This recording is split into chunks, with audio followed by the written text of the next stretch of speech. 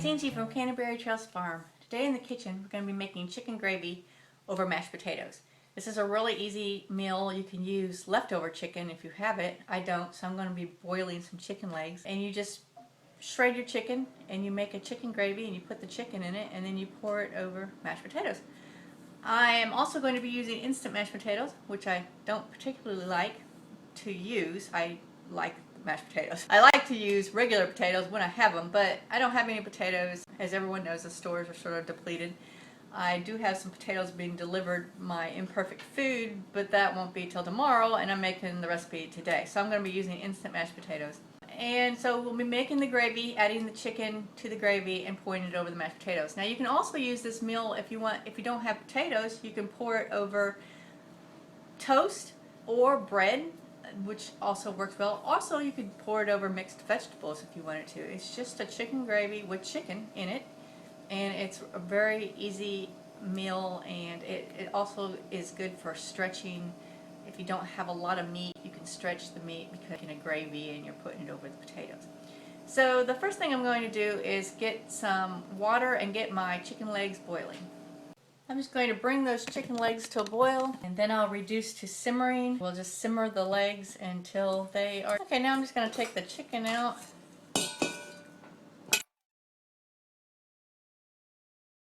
Broth from boiling the chicken in there, because we're going to use that with the gravy.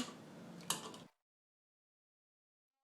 had some frozen and some that was already in the pan from boiling, and I've put that in there and I've got that so it's warming up. Now I'm going to take my chicken off the bone and I'm just going to add that to the pan.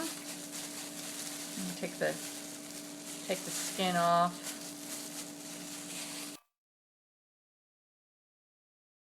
Usually when you're done boiling it, the meat will be soft enough that it just comes right off the bone.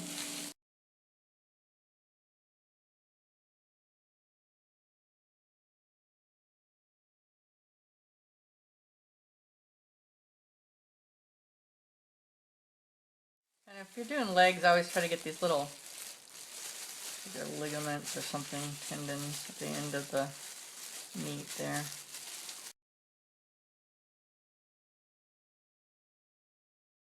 Get all the meat off the bone, meat in the broth.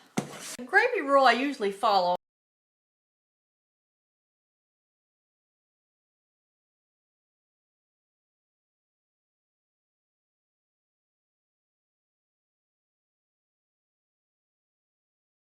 I'm going to start out with a cup of flour, a cup of milk, and see how that goes. I like to use this Tupperware gravy maker. It's like a shaker thing. And the reason why is if you mix your flour separately than your broth, you won't get lumps, theoretically. Sometimes you get lumps. I'm going to add a cup of milk to my flour. I'm going to add some salt and pepper to the flour and milk mixture and to the broth. Usually my broth is pretty good. The broth that if it's broth, the broth made just from boiling the chicken legs doesn't really have anything in it except for chicken. But the broth that I had frozen was actual broth that had been boiled down. In fact, I think one of them was actually a turkey broth. Sometimes I throw a turkey broth in with the chicken and just gives it a little better flavor. So I'm just going to mix up my gravy. I'm going to mix up my flour and my milk here. I'm just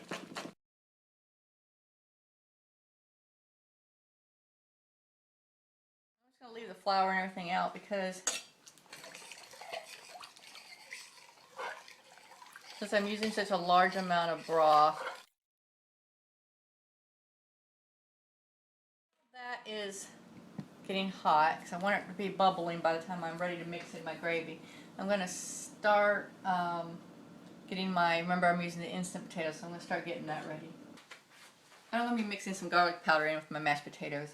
Okay, so my broth and chicken is boiling, so I'm going to mix in my 1 cup of flour and 1 cup of milk. And I turned it down a little bit because I was wanting it to boil over. Now, if you roasted your chicken instead of boiling it, you will add I don't know if you do what I do, I add water to all of my roast pans when I'm roasting meat. So I would pour off that and mix it with broth if you had it. And I usually just add salt and pepper and a little bit of seasoning salt.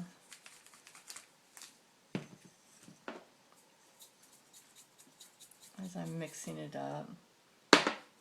Every once in a while I'll taste it. Alright,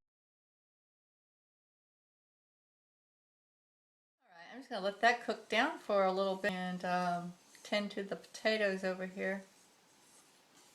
And I'm getting to get some carrots to go with. I'm going to make some brown sugar carrots to go with this.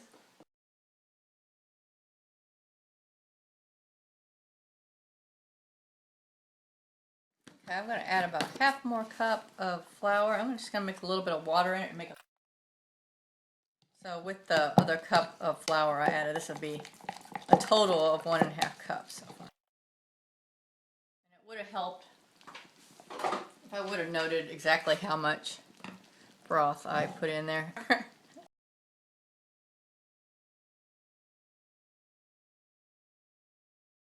Okay, it's starting to thicken up. I'm going to continue to stir it. As soon as my potatoes are done, we will come back and look at the finished dish.